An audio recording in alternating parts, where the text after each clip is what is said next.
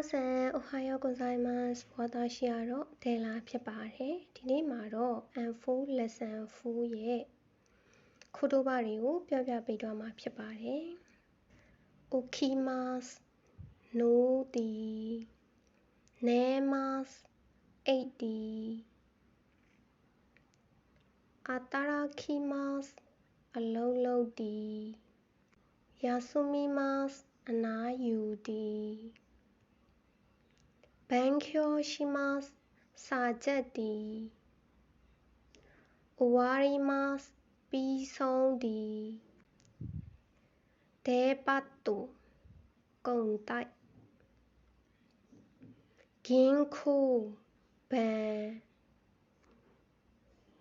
郵便局စာတိုက်図書館စာကြည့်တိုက်美術館အနုပညာပြတိုက်今အခု時နာရီ分分မိနစ်ဟန်တစ်ဝက်နှမ်းကြည့်ဘယ်နှစ်နာရီဘယ်အချိန်နန်းပွန်ဘယ်နှစ်မိနစ်ကော်စန်းမနက်ပိုင်း AM ကော့ကော်ညနေပိုင်းနေ့ခင်းပိုင်း PM အစမနက်ဟီရုနေ့လယ်ဘန်းယောရုညおとといတနေ့က昨日မနေ့က今日ဒီနေ့明後日တပတ်ခါခဲစဒီမနက်ခွန်ဘန်းဒီညယာစုမိနားချိန်ဟီရုယာစုမိနေ့ခင်းနားချိန်နယူးယောက်ခုနယူးယောက်မြို့ပီကင်းမြို့ရိုဆန်ဆဲရုစုလော့အိန်ဂျလိစ်မြို့ရွန်တွန်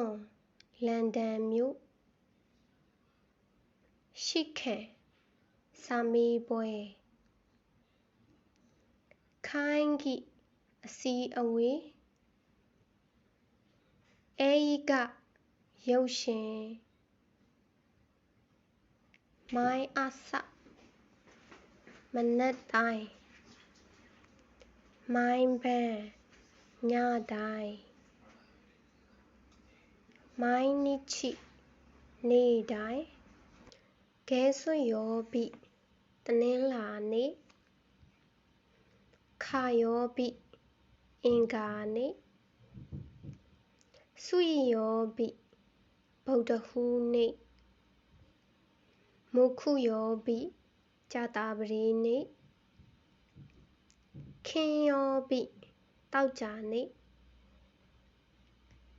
ဒိုယောပိစနေနေ့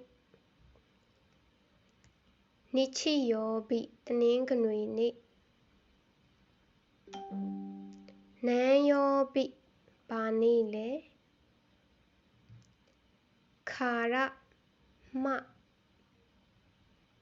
မတယ်အထိတူနှစ်တိုင်းဟန်ဒက်စနေပင်ပန်းလိုက်တာနော်ဘန်ကော့နံပါတ်ဘန်ကော့နံပါတ်နံပါတ်ဘာနံပါတ်လဲဆိုချီရအဲ့ဒီဘက်မှာအစုကစားတောက်ဆိုင်အပူရုဂင်ခိုအပယ်ဘန်緑図書館緑စာကြည့်တိုက်大和美術館大和အနုပညာပြတိုက်今日はここまでです皆さんまた会いましょう